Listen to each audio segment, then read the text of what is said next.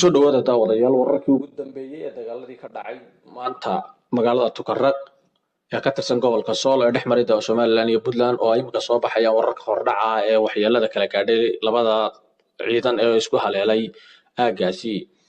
Aan ku horreynay dagaalka Somaliland waxaa la sheegayaa inay kaga dhinteen 12 askari oo laba saraakiil tahay.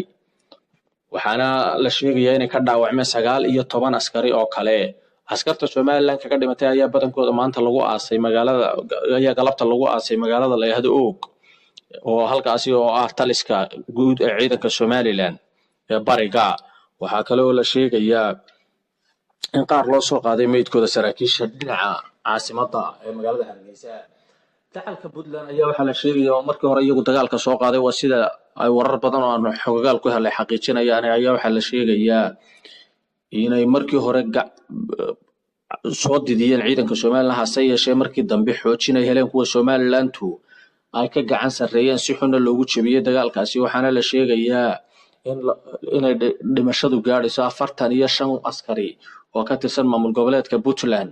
waxaa kale oo warku intaa ku darayaa inay dhaawacaas laga qaaday meeshaasi lana geeyay 2 cisbitaal oo cisbitaalka santarka ee magaalada Garowe iyo cisbitaalka qaran ay gaadhayaan 75 dhaawaca.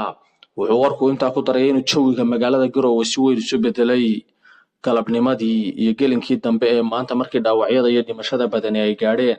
waxaana laga qabsaday gawaadhi dagaal oo gaadhaysa 8 ay laba kaarayaal yihiin. waxaana warku intaa ku daray in laga hayo 34 maxaabiis lana soo bandhigi doono.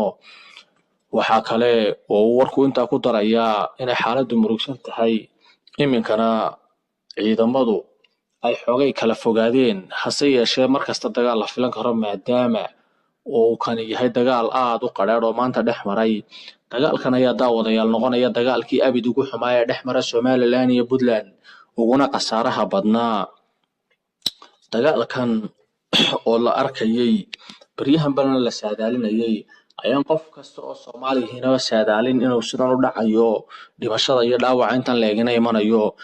daawadayaal dagaalka Somaliland waxaa la sheegayaa gawaadhida in dagaalkaasi lagaga gubay gawaadhi tiknika ah qaarna laga qabsaday oo beebe ay sheegeen ciidamada Somaliland inuu hoos u baxay laga qabsaday. waxaana warkaasi aanu ka soo xiganay ilo ku sugan magaalada la yiraahdo Og oo ah taliska guud ee ciidanka Somaliland iyo ilo kale oo iyaguna ku sugan magaalada Garowe maadaama oo gobolka Sool intiisa kale ay bakhtiisan tahay isgaarsiintu. daawadayaal wixii warantan ka badan ku soo kordhato ilaa waagu inta bariyana waxaan ku soo gudbin doonaa bartayada YouTube-ka ee Deegaan Channel TV. kusoo dhawaada daawadayaal wararkii ugu dambeeyay ee dagaaladii ka dhacay maanta magaalada Tukarraq ee ka tirsan gobolka Sool ee dhexmarida Somaliland iyo Puntland oo ay soo baxayaan wararka